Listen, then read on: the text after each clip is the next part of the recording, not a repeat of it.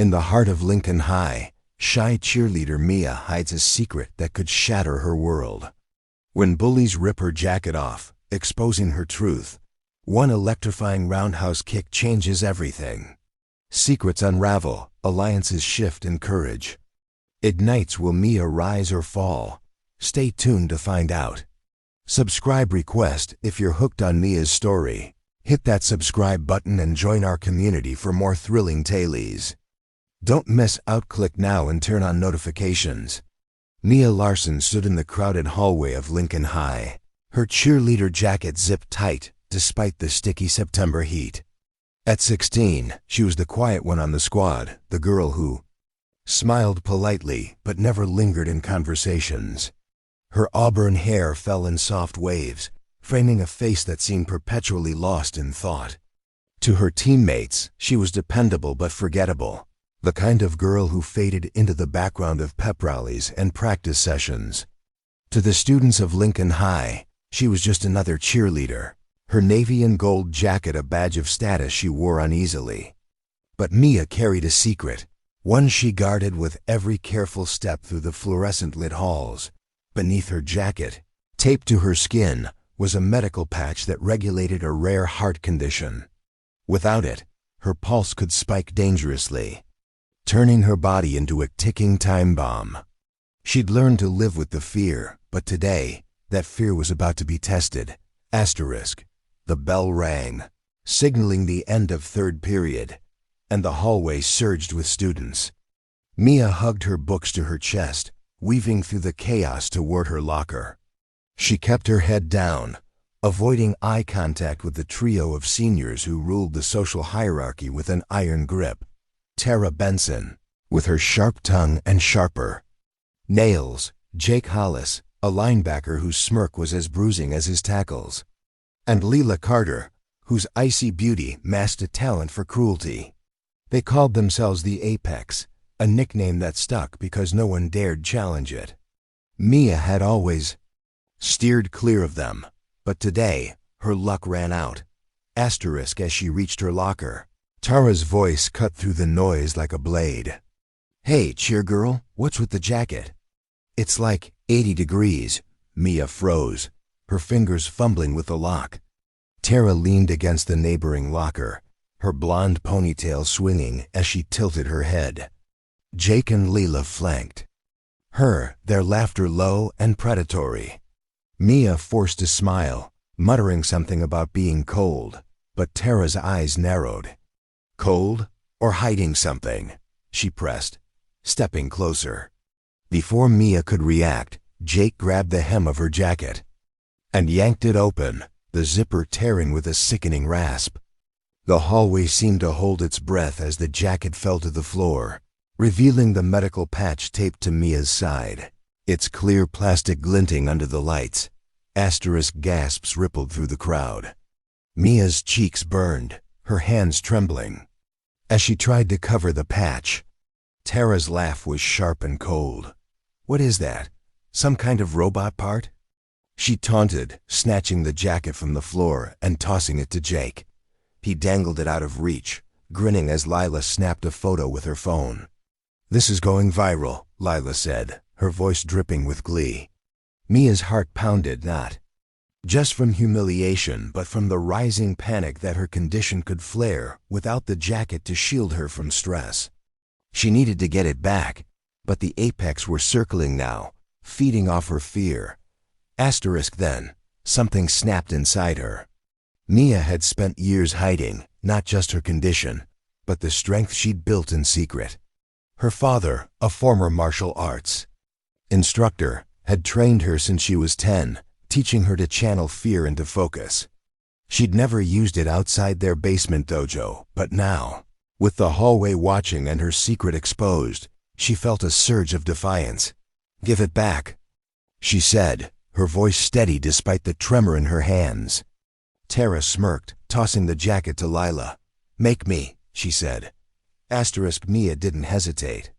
She stepped forward, her body moving on instinct. As Lila raised the jacket to taunt her, Mia spun, her right leg arcing through the air in a perfect roundhouse kick, Her foot connected with Lila's wrist, sending the jacket flying and Lila stumbling back with a yelp. The hallway fell silent, every eye on Mia as she caught her jacket mid-her and slipped it back on, her chest heaving. Tara's smirk faltered, and Jake's fists clenched, but no one moved. Mia's kick hadn't just silenced the apex, it had silenced the entire hall. Word of the incident spread like wildfire. By lunch, Mia was no longer the invisible cheerleader. Students whispered about the ninja cheerleader, their phones buzzing with Lila's blurry photo of the patch.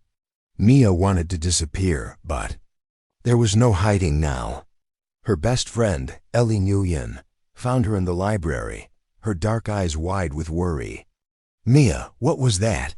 You've been holding out on me," Ellie said, half laughing, half scolding. Mia sighed, explaining her heart condition, arrhythmogenic right ventricular cardiomyopathy, a rare disorder that could cause fainting or worse if her stress levels spiked. The patch delivered medication to keep her stable, but it needed to stay hidden to avoid questions. Ellie listened, her usual chatter replaced by quiet resolve. "You're not alone in this," she said. "But you need to tell Coach Reynolds before the apex twists this against you." Mia knew Ellie was right, but the thought of telling Coach Reynolds, a no-nonsense woman who ran the cheer squad like a military unit, terrified her. If the coach thought Mia's condition was a liability, she could be kicked off the team. Cheerleading was Mia's one escape, the place where she could feel normal, even if she stayed in the back row. Losing it would crush her. Still, she agreed to talk to the coach after practice, hoping to keep her spot. That afternoon, practice was tense. The squad whispered behind their pom-poms, and Tara, who was co-captain, shot Mia venomous glares. When Coach Reynolds called for a stunt drill, Tara volunteered Mia for a risky basket toss, a move where flyers were thrown high and caught by their teammates. Mia's stomach churned. She'd never been a flyer, and the stress could trigger her condition. But refusing would make her look weak, and Tara knew it. As the bases hoisted her up, Mia felt her pulse spike, the patch working overtime to keep her steady. She landed safely, but Tara's smirk told her this was only the beginning. After practice, Mia approached Coach Reynolds in her office, her palms sweaty. She explained her condition, her voice shaking as she admitted she'd hidden it to stay on the team. To her surprise, Coach didn't scold her. "You should have told me, Larson," she said, her tone gruff but kind. "But that kick? That's grit. We'll work around your condition, but no more secrets." Mia nodded, relief flooding her. But as she left the office, she overheard Tara and Lila outside, plotting to leak the photo of her patch to the whole school, spinning it as proof Mia was unstable. The next day, the photo was everywhere, posted on the school's unofficial gossip page, captioned with cruel speculation about Mia's health. Students stared as she walked to class, some whispering, others laughing. Mia's chest tightened, her condition threatening to flare, but she refused to break. Ellie, ever loyal, suggested they fight fire with fire. "Let's tell your story before they can twist it," she said. Mia hesitated. She'd spent years hiding, but maybe it was time to stop. With Ellie's help, she posted a video on her own social media, explaining her condition and her training, framing the kick as a moment of standing up, not lashing out. She ended it with a challenge. "If you've got something to say, say it to my face." The video went viral, not just at Lincoln High but across the county. Students shared it, praising Mia's courage, while others called her a fake, accusing her of staging the kick for attention. The Apex, humiliated by the backlash, doubled down. Tara confronted Mia at the next game, cornering her behind the bleachers. "You think you're some hero now?" she hissed, shoving Mia hard. Before Mia could respond, Jake appeared, but not to back Tara. "Enough, Tara," he said, his voice low. "This is getting out of hand." Mia was stunned. Jake, the Apex's Muscle was breaking ranks. He walked away, leaving Tara fuming and Mia reeling. The twist shook the school's social order. Jake's defection made him a target, and rumors swirled that he'd had a crush on Mia for months, his loyalty to Tara crumbling under the weight of her cruelty. Mia didn't know what to make of it, but when Jake approached her the next day, apologizing for the jacket incident, she saw sincerity in his eyes. "I didn't know about your condition," he said. I didn't think." Mia nodded, unsure if she could trust him but grateful for the olive branch. As the homecoming game approached, the drama escalated. Tara, desperate to reclaim her status, spread a new rumor. Mia's condition made her a danger to the squad, and she should be benched. The rumor reached the school board, and Coach Reynolds was forced to hold a meeting. Mia's heart sank. She'd fought so hard to keep her spot. But then came another twist. Jake, using his popularity as a football star, rallied the team to support Mia, publicly calling out Tara's lies during a pep rally. The crowd cheered, and Tara's influence crumbled further. At the homecoming game, Mia took the field with the squad, her jacket zipped tight but her head high. The routine was flawless, and when she landed a perfect backflip, the crowd roared. After the game, Tara cornered her again, but this time, Mia didn't need a kick. "You're done, Tara," she said, her voice calm but firm. "The school sees you for what you are." Tara stormed off, her reign over Lincoln High finally broken. In the weeks that followed, Mia became a quiet legend, not just for her kick, but for her courage. She and Jake grew closer, their friendship hinting at something more.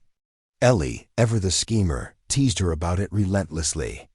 Mia's condition remained a challenge, but with her secret out, she felt lighter, stronger.